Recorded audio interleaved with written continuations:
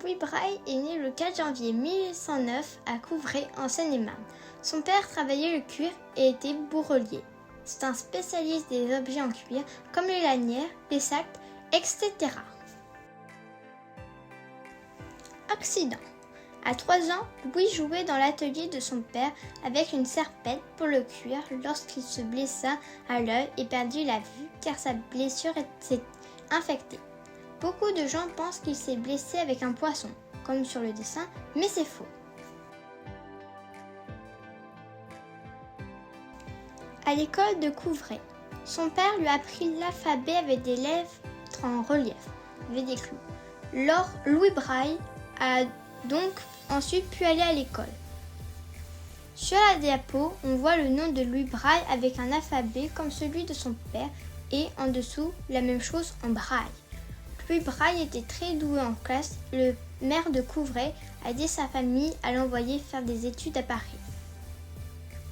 À l'institution royale. À 10 ans, Braille a obtenu une bourse pour entrer à l'institution royale des jeunes aveugles à Paris. Il était très doué pour les études ainsi que pour le piano et le tricot. Il est devenu professeur dans cette institution.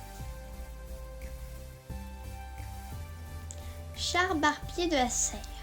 À l'institution Charles Barbier de la Serre présenta la sonographie, un système à partir de 12 points qu'il avait inventé pour que les soldats puissent communiquer en silence dans le noir pendant les guerres.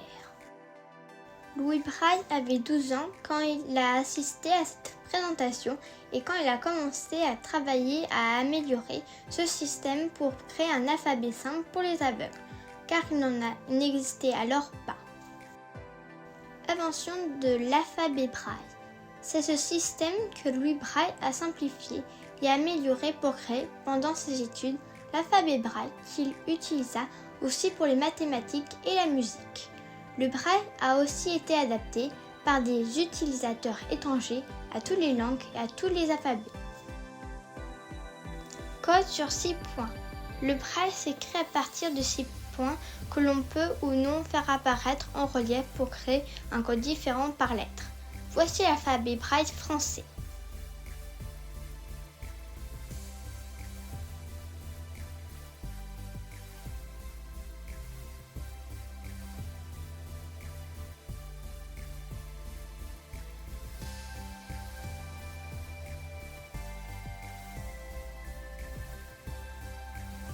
Tablette.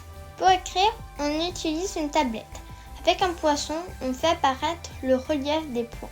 On doit donc écrire de droite à gauche et à l'envers pour lire de gauche à droite et à l'endroit. Sur la photo, je teste une tablette au musée Braille dans l'ancienne chambre de Louis Braille. C'est une salle d'exposition et de démonstration maintenant.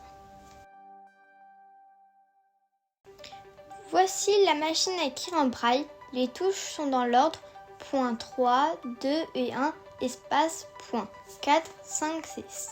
Avec les progrès de la technologie, on a créé cette machine à écrire. Pour poinçonner à la fois le point 1 et le point 2, par exemple, on doit appuyer sur les deux touches à la fois. On peut maintenant aussi lire et écrire en Braille sur des ordinateurs spéciaux.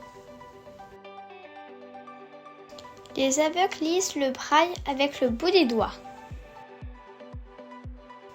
Mort de Louis Braille. L'institution royale des jeunes aveugles à Paris était froide et humide. Braille y attrapait la tuberculose, une grave maladie des poumons, dont il est mort en 1852 à 43 ans. Il a été enterré à Couvray. Sa tombe à Couvray. La panthéonisation de Braille en 1952 a donné lieu à un partage du corps. Les mains restant à Couvray dans la boîte sur sa tombe, le reste du corps se trouve à Paris au Panthéon. Voici son monument à Couvray. Sa tombe et sa statue au Panthéon. Pour les 100 ans de la mort de Braille, il est entré au Panthéon à Paris.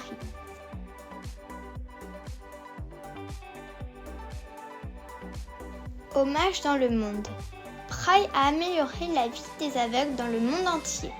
On vient de partout visiter sa maison natale et on lui rend hommage dans le monde entier. Bibliographie. J'ai lu Margaret Davidson, Louis Braille, l'enfant de la nuit, folio cadet, traduction Camille Fabien. C'est très bien, sauf que l'autrice dit que Braille s'est blessé avec un poisson.